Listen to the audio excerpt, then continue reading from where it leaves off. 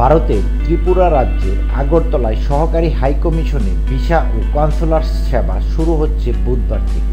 আগরতলায় সহকারী কমিশনের ওয়েবসাইটে বিজ্ঞপ্তিতে এর তথ্য জানানো হয়েছে। বাংলাদেশি সংখ্যালঘু নির্যাতনের অভিযোগ তুলে হিন্দুত্ববাদী সংগঠন হিন্দু সংঘর্ষ সমিতি সহ কয়েকটি সংগঠনের সমর্থকরা গত ডিসেম্বরে সহকারী হাইকমিশন প্রাঙ্গণে ঢুকে হামলা চালিয়েছিল। বাংলাদেশের জাতীয় পতাকারও অবমাননা করেছিল তারা।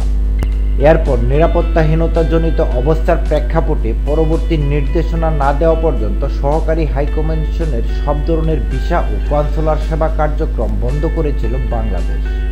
ওই হামলার প্রতিবাদে ঢাকায় নিযুক্ত ভারতের হাইকমিশনার প্রণয় ভার্মাকে পররাষ্ট্র মন্ত্রণালয় তলব করে।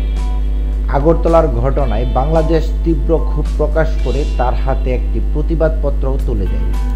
হামলার ঘটনায় পুলিশের ৩ সদস্যকে সাময়িক বরখাস্ত করে ত্রিপুরা রাজ্য পুলিশ।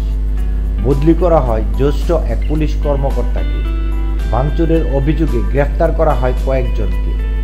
সহকারী কমিশনে হামলা হওয়ার পর ঢাকায় ফিরে পররাষ্ট্র মন্ত্রণালয়ে যোগদান করেছিলেন সহকারী হাইকমিশনার আরিফ মোহাম্মদ। 1 মাস পর 7 জানুয়ারি তিনি নিজ কর্মস্থলে ফিরে যান।